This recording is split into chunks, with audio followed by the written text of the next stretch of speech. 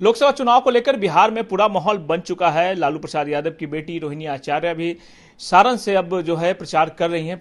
अभी तक नॉमिनेशन नहीं हुआ है, लेकिन इस पूरे माहौल के बीच हम बात करेंगे लालू प्रसाद यादव के साले साधु यादव की।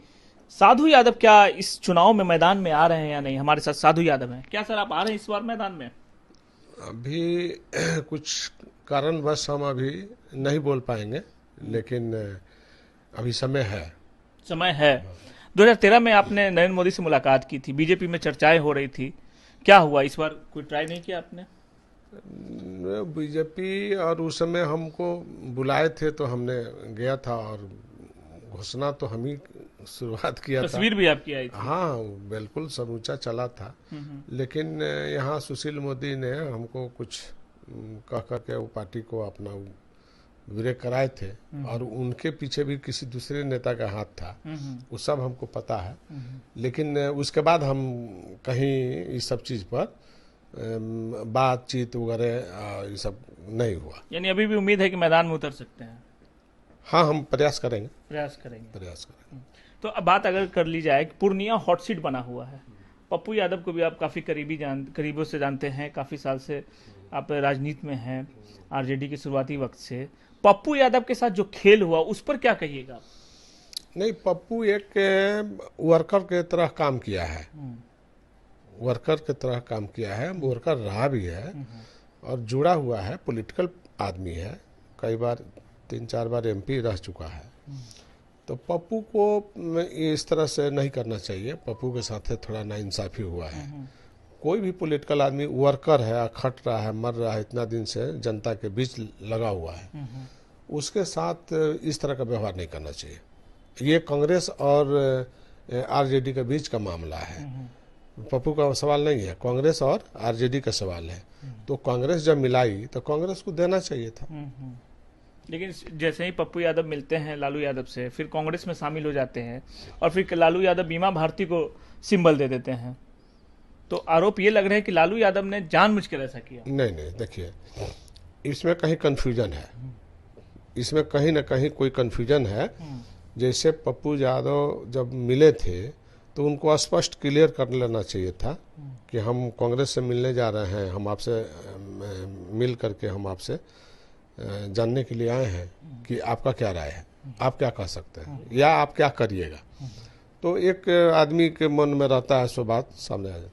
तो पप्पू शायद इस पर कोई बात नहीं किए होंगे। हमको लगता है कि इधर भी कुछ डालमे में डाल के, उधर भी कुछ डालमे में डाल के काम किए हैं। तो आदमी को विश्वास में लेना चाहिए था। तो पप्पू शायद विश्वास लेने में कम मतलब नहीं विश्वास ले पाए लोगों को, दोनों पार्टियों को। आपको क्या लगता है पूर्णिया में कौन मजबूत उम्मीदवार है?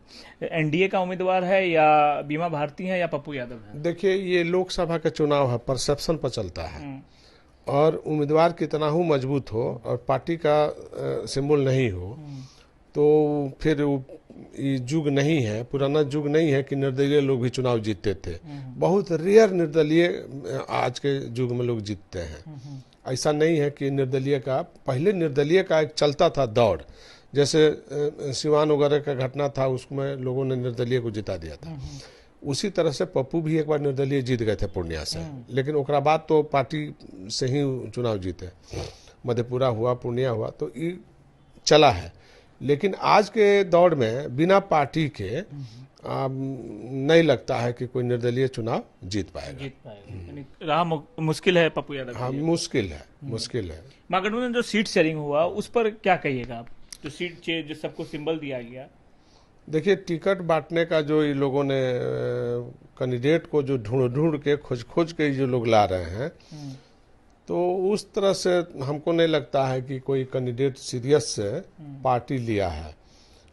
डमी कैंडिडेट के तौर पर सब हम माने जो अपना अनुभव कर रहे हैं, ये जितने भी आरजेडी गठबंधन के लोग लड़ रहे हैं, तो कांग्रेस का तो कोई प्रत्याशी भी नहीं मिल रहा है, खोजा जा रहा है। और आरजेडी भी ढूंढ के लिए आ रही है, कहाँ से खोज के। अब जैसे अब एगो देखिए, हरियाणा का कैंडिडेट उतारा गया है वाल्मीकि नगर से, वो कोई दीपक यादव करके हैं, हरियाणा से आए हैं।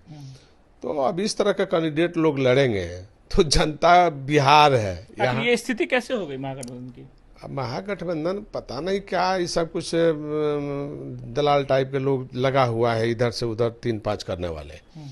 तो इसे जनता समझ रही है और जनता में एक मैसेज बहुत खराब गया है कि पार्टियों ने पैसा का मतलब ले करके सिंबल दे रही है, तो रिपुटेशन बहुत खराब हुआ है। और आम जो वर्कर है जो जिंदाबाद मुर्दाबाद का नारा लगाता है, झंडा उठा कर घूमता है, खटता है, मरता है, उसमें निराशा का भाव है कि अब इसी तरह के पूंजीपति लोग आकर के यहाँ पर भी पैसा दे दे करके, कोई हरियाणा का है, कोई कहीं का है, आके लड़ रहा है और तो जनता निराश। चर्चा सिंगापुर की भी हो रही है।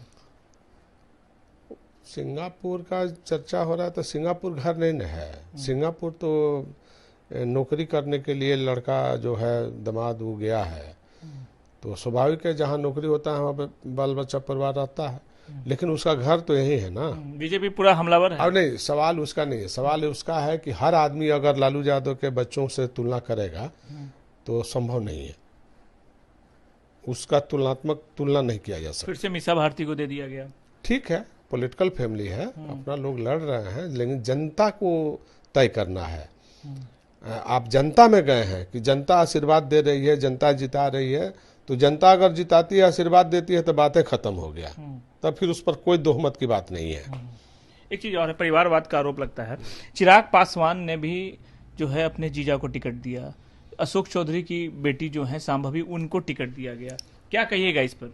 अब देखिए, हम तो पहले भी कहा कि पॉलिटिकल पार्टी के लोग सब चाहता है कि घर से कोई ना कोई सदस्य घर का हो जाए, तो यही सोच अगर अभी डेवलप किया। अब कोई कर्पूरी ठाकुर या कोई लोकनायक जयप्रकाश जी का युग नहीं है, और कर्पूरी जी का युग नहीं है कि जब तक कर्पूरी जी थे तब तक के बाल बच्चा घर परिवार से कोई भाई भतीजावाद राजनीति में भाग नहीं लिया।